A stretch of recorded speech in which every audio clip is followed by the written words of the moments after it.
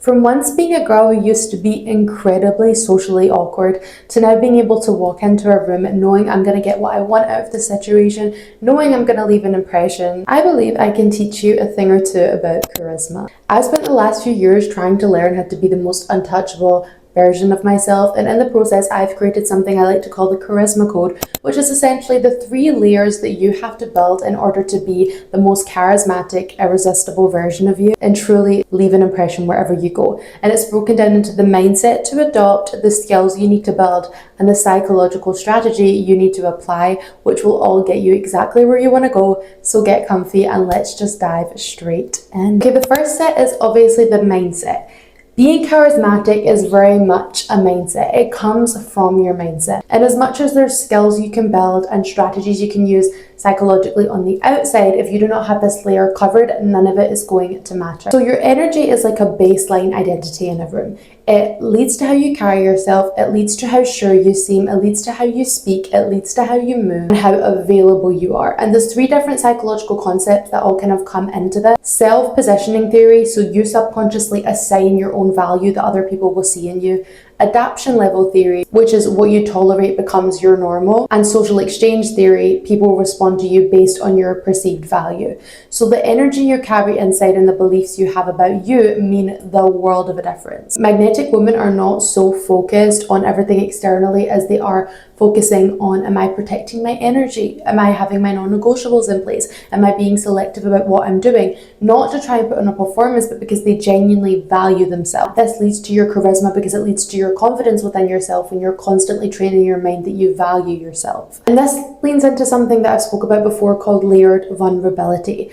Being protective of your energy also means you have to be protective of what you give out, including what you share with people. Not every person you meet in every room, in order to be more charismatic, needs to know your whole entire backstory and everything about you. And I like to think of things in 3 different layers, but then there's even stuff that you don't share with anybody. So you have things that you share with new acquaintances, things you share with friends, and then things you share with really close people, but you also have things you keep to yourself because you have to protect yourself and your energy above all. So part 2 of the mindset section is nervous system control, and this kind of leads into insecurities. I think this one is so huge to be a really charismatic person, because charisma dies in the moments where you want to gain approval from people and you start kind of competing with other people. You're seeking attention in the room when you are trying to appear a certain way, but you don't really feel that way about yourself. It's going to lead to you being a lot less charismatic. You don't want to do attention grabbing behaviors, or you don't want to be the person that when attention is on somebody else, you're trying to bring it back to you and compete. And insecurity and trying to compete from attention all come from your nervous system. So when you experience things in life, like maybe something happened when you were younger,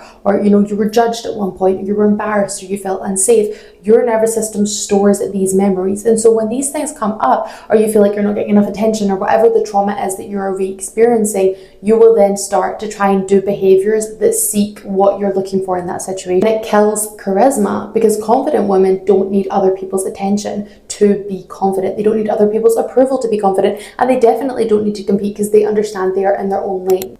So I want you to do a little why am I performing audit in these situations. Whenever you notice yourself competing or feeling jealous that you don't have a lot of attention, or you're trying to manage people's perception of you, or you're trying to come across in a certain way because you want to be viewed in that way, ask, what am I trying to avoid right now? Am I trying to avoid being judged, disliked, misunderstood? What is the thing that you were craving? Notice where it comes from so you can fill that need internally. And then the key part of this is regulation tools. So when trauma is stored in the body and you feel like you're then in a situation where you're seeking attention or seeking validation, your nervous system is all regulated because it feels unsafe, because it's tied to a past memory. So if you know how to regulate your nervous system, you can take your body out of this state before you do these approval seeking actions. Okay, this takes us on to layer 2, which is the skills, and it's broken into 2 parts. It's broken into warmth and competence. So if you have the right combination of warmth and competence, then you have the solution to be charismatic. And so I'm going to give you the formula for both of these that will give you all the charisma you want. So we're starting with warmth, and this kind of looks like your presence and your energy and your emotional safety. You want to be that warm, nice person, but it's not about being overly nice and being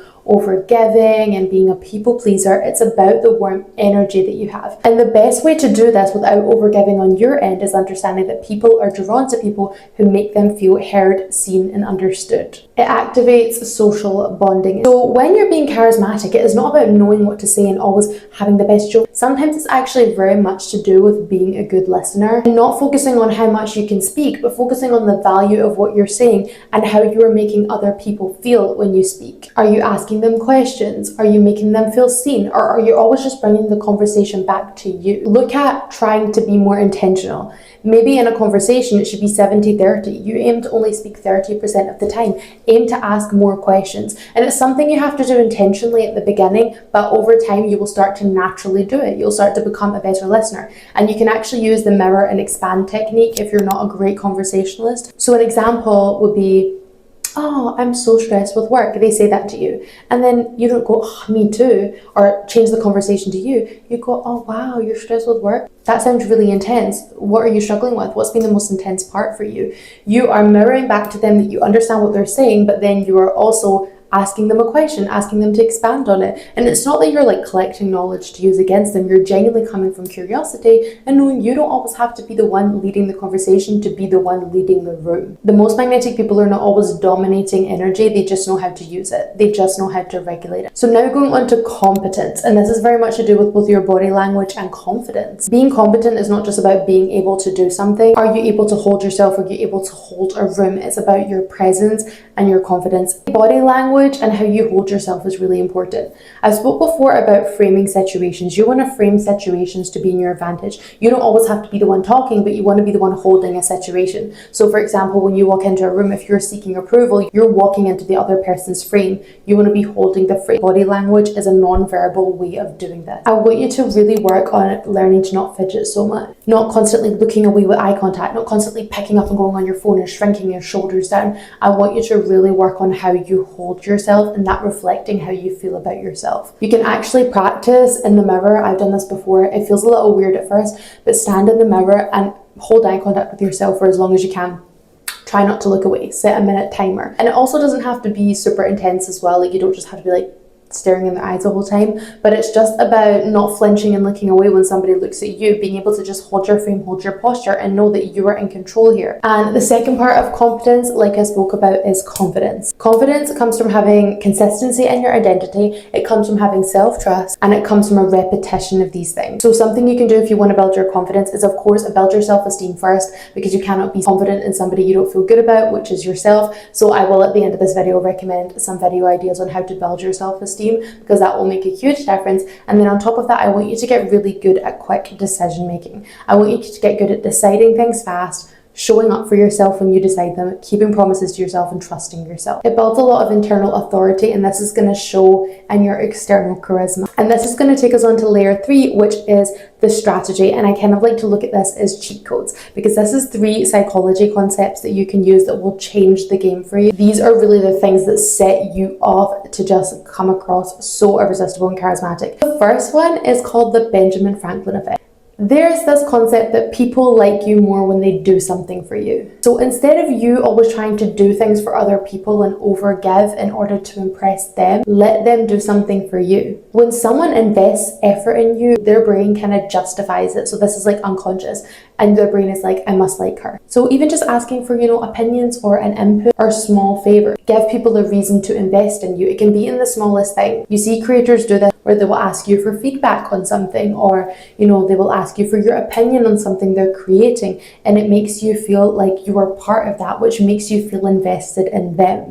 The second psychological effect is called the Pratfall Effect. Perfection can be very intimidating, but a little bit of vulnerability can be charismatic. But I'm going to add my own caveat to this, because I have a bit of a way I like to look at this so you don't do too much. So if you're competent, amazing. But also if you're slightly human, it gives a bit of warmth to you. If we remember before, warmth is just as important as the competence. So it's okay if you make mistakes. It's how you deal with them. It's not spiraling after you do something. If you have a little silly moment, not constantly being like, that's so embarrassing, I'm so embarrassed, blah, blah, blah, blah. Just being able to embrace it and be like, okay, I'm human. What do you want me to do about it? Just very neutral, and being okay that you are not perfect, but in a confident way. Now, the one thing you don't want to do is be too vulnerable to the point where you're giving people power over you. And this is just my little take on this. It's about sharing things and sharing points of vulnerability and being able to laugh off little mistakes without really giving a lot of power, a lot of access to personal things about you. If you remember the layer of vulnerability we spoke about before, about how you don't want to give too much to different layers of people, you can share things you've overcome and you can share points of relatability, but they don't have to be frequent. So for example, I think a really good way to do this is sharing with people things you've overcome in the past. You know, I used to be this and now I'm this. And it's like this struggle that you've went through, something they could probably relate to that makes you more warm, makes you more vulnerable, but you're not being like, here's my current insecurity, here's what's wrong with me, here's what I'm embarrassed about. It doesn't make you feel like, you know, you're below them or you're positioning yourself below them in any way. You're showing growth and you're showing a point of connection without giving any power away. And I think this is so effective. So I would write down 3 things that you're comfortable with sharing, 3 story points that you're comfortable with sharing. And then I also want you to get in the habit of, when you make small mistakes, stop beating yourself up, reliving it and bringing attention to it. So if you had a little fall or you spilt something or you said something stupid, just being like, oh, and then moving on, not constantly being like, that's so embarrassing, did you think that was embarrassing, oh my gosh, I can't believe I did that. Constantly bringing attention back to it, because you are not serving anybody, especially not yourself, and that is leaking all of your charisma. Always keep in your mind that magnetic women don't share their wounds, they share their evolution. And then we're going on to the 3rd psychological concept, which is the last thing, called the enemy effect. Connection is built faster when you have a shared opposition. So this is something a lot of content creators do. People always bond when they have a shared enemy, but that enemy does not have to be a person. It can be, but it doesn't have to be. So for example, a lot of content creators that do really well online, they will have an enemy that we all have in common. Like their enemy might be, you know, the 9-to-5 rat race that you're stuck in without making any money. The enemy might be brokenness. The enemy might be insecurity. But it's basically something you and them share in common. You have the same ideology around it, and you both see that thing as the opposition. And that is a really great way to build trust and relate to people. It could be a shared dislikes or a shared belief or shared standards, but it's a point of connection there. It's an us versus them mindset, which naturally brings you closer to people, which makes you more likable without just trying to, you know, people please. It's a very, very effective technique. So I would say some of the things that are enemies from what I create is insecurity and seeking validation from people and other people putting you down. That is all stuff I'm very much against. All of my content is going against that. All of my content is showing you how to move away from that. And we have that thing in common because we're trying to work on ourselves, right? So we're more likely to bond in this way. You're here showing up watching this video because we have a shared interest. So now that I've given you all these, you have a lot to work with. Of course, there's so much more in the workbook. So if you want to go and download that for free and use it, you absolutely can. It's linked down below. Remember that charisma is not about being the most loudest or having the most attention or the funniest. It's literally just about mastering these 3 layers. You don't have to chase attention. It will naturally come to you and nobody is going to be able to tell you nothing. Of course, I'll put some recommendations on the screen of what to watch next in order to even help further with this. Subscribe if you haven't already, because I have 2 videos every single week on up-leveling into the most confident, badass version of yourself. And I will see you in my next video. Bye. Okay guys, I'm very excited because I have a mic. And someone said that my audio was horrible, which I actually think was very valid, but you know, I got this thing and I hope it's good, and let me know what you think about it. And I'm very excited.